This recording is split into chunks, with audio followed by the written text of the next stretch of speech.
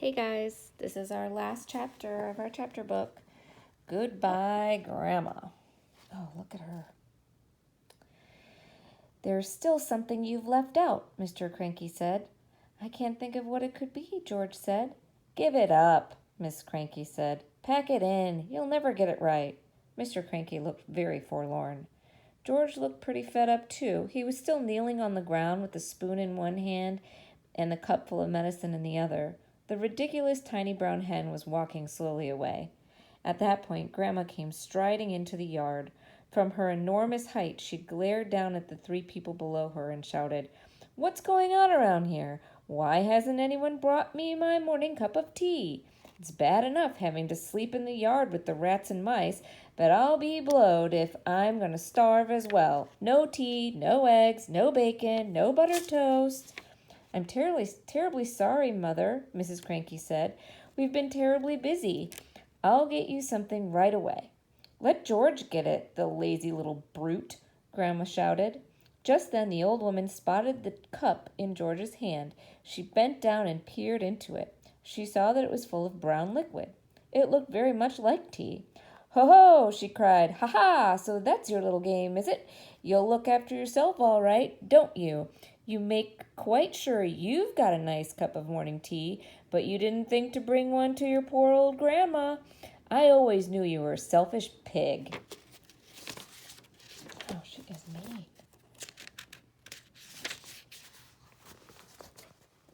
"No, Grandma," George said. "This isn't—" "Don't lie to me, boy," the enormous old hag shouted. "Pass it up here this minute." "No," cried Miss Cranky. "No, Mother, don't. That's not for you."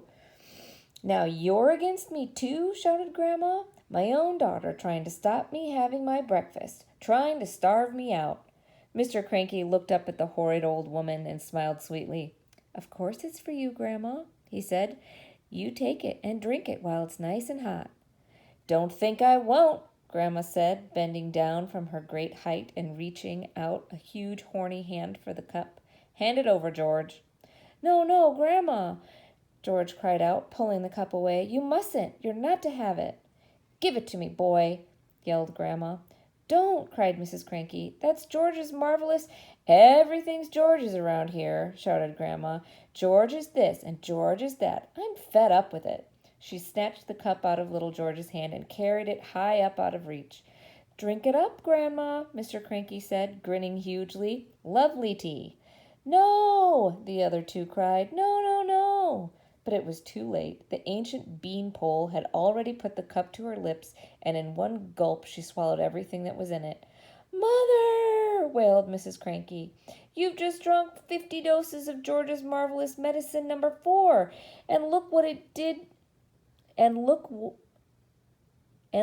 one tiny spoonful did to that little brown hen." But Grandma didn't even hear her. Great clouds of steam were already pouring out of her mouth, and she was beginning to whistle.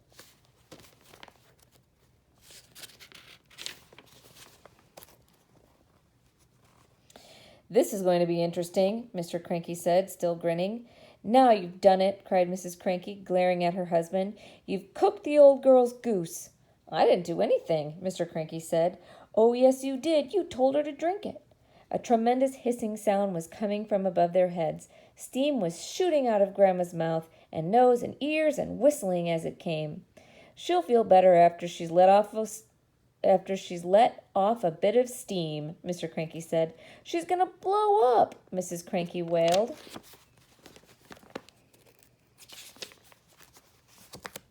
"Her boiler's going to burst." "Stand clear," Mr. Cranky said. George was quite alarmed. He stood up and ran back a few paces. The jets of white steam kept squirting out of the skinny old hag's head, and the whistling was so high and shrill it hurt his ears. "Call the fire department," cried Mrs. Cranky. "Call the police. Man the hoses." "Too late," said Mr. Cranky, looking pleased. "Grandma!" shouted Mrs. Cranky. "Mother! Run to the drinking trough and put your head under the water." But even as she spoke, the whistling suddenly stopped and the steam disappeared. That was when Grandma began to get smaller. She had started off with her head as high as the roof of the house, but now she was coming down fast. "Watch this, George," Mr. Cranky shouted, hopping around the yard and flapping his arms. "Watch what happens when someone's had 50 spoonfuls instead of one." Very soon Grandma was back to normal height. "Stop!" cried Mrs. Cranky. "That's just right." But she didn't stop. Smaller and smaller she got. Down and down she went. In another half a minute she was no bigger than a bottle of lemonade. "How do you feel, Mother?" asked Mrs. Cranky anxiously.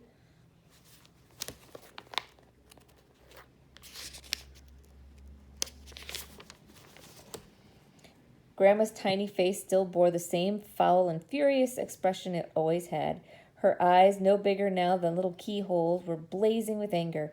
"How do I feel?" she yelled. "How do you think I feel? How would you feel if you had been a glorious giant 1 minute ago and suddenly you're a miserable midget?" "She's still going," shouted Mr. Cranky gleefully. "She's still getting smaller." And by golly, she was. When she was no bigger than a cigarette, Mrs. Cranky made a grab for her. She held her in her hands and cried, "How do I stop her from getting smaller still?" "You can't," said Mr. Cranky. "She's had 50 times the right amount." "I must stop her," Mrs. Cranky wailed. "I can hardly see her as it is." "Catch hold of each end and pull," Mr. Cranky said, and by then Grandma was the size of a matchstick and still shrinking fast. A moment later she was no bigger than a pin, then a pumpkin seed, then, can you see her? You see a little dot in the middle of the hand, and then this one. I don't see anything.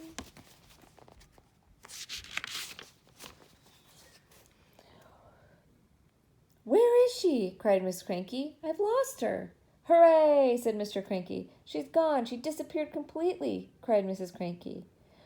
"That's what happens to you if you're grumpy and bad-tempered," said Mr. Cranky. "Great medicine of yours, George." George didn't know what to think. For a few minutes Mrs. Cranky kept wandering around with a puzzled look on her face, saying, "Mother, where are you? Where have you gone? Where have you got to? How can I find you?" But she calmed down quite quickly, and by lunchtime she was saying, well, I suppose it's all for the best, really. She was a bit of a nuisance around the house, wasn't she?" "Yes," Mr. Cranky said, "she quite certainly was." George didn't say a word. He felt quite trembly. He knew something tremendous had taken place that morning. For a brief moment he had touched with the very tips of his fingers the edge of a magic world. Oh, the end. Oh my gosh, he did it. I can't believe that. I can't believe that's how it ends. Grandma's gone. Wow. Well, there you go, guys. I hope you enjoyed it. I love you.